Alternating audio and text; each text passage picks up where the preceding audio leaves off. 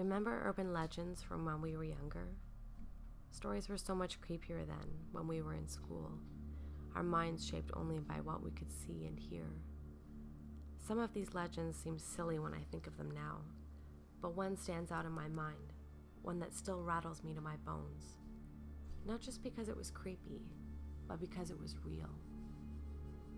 Sometime during one of the autumns of my youth, I was in a drama class, and instead of a classroom, we would sit in clusters on the school's performance stage, spending each day pretending to be people we weren't, learning to make the unreal seem real. It was during one of these classes I first heard about the Laulu Kualaden. One of the dramaphiles, Kari, had a crowd gathered around him before class started. His poofy black hair made a shadow on the wall behind him as our teacher tested out the lights. He said there was a song of the dead, and if you played it, the spirit of the composer, an old woman simply called Elke, would grant you a wish. But if you played it wrong, she would torment your dreams until you died in your sleep.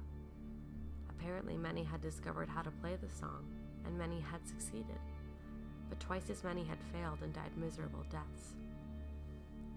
He pulled up a page in an old book showing gruesome photos of twisted bodies with stretched necks and limbs, blue and purple bruises, and a haunted gaze.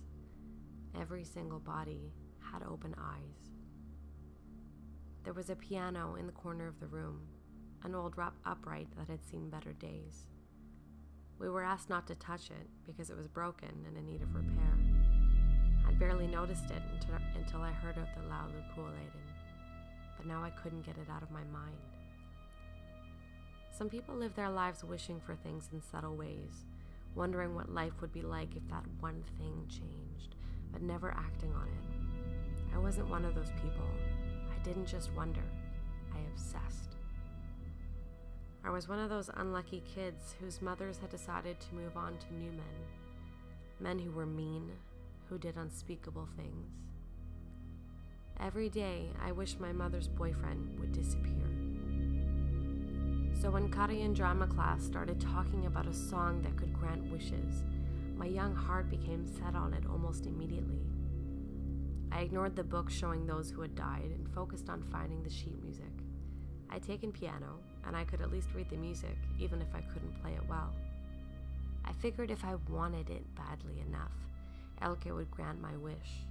Her song was meant for people like me. I spent most of my allowance asking one of the computer nerds to find the music for me. Computers were still new at this time. When he delivered it to me in the halls, his face was pale, his body thin. He'd had to go into the deep web to find it, and that wasn't a pretty place for young, innocent teenagers. "Are you sure this is a good idea?" he said as he handed over the crumpled paper. "Forget you know anything about this," I muttered back, slipping him the rest of his cash. I remember bouncing around impatiently the entire day, barely listening to my teachers, thinking only of that piano and Elke granting my wish of getting rid of my mom's boyfriend for good. After school, I waited in one of the girls' bathrooms until everyone but the janitors had left. Then I shuffled to the auditorium, where the piano stood on the stage, lit eerily by a crimson nightlight. I sat down, pressing the pedals with my feet, running my fingers across the dusty keys. It occurred to me briefly that the piano might be out of tune, but my anger had overgrown my logic. Scenes of this man flashed through my mind, of the way he treated Mom, of the way he treated me. I pulled out the sheet music and placed it in front of me. It was simple enough, and I'd practiced mentally all day, my fingers tapping out the tune on imaginary keys under my desk. I swallowed before speaking. I played the Laulu Kualaden, and I asked that Iane Sano hurt me and my mom no longer, I announced. Then I played. It wasn't pretty or particularly fluid, but I managed to hit every note in sequence.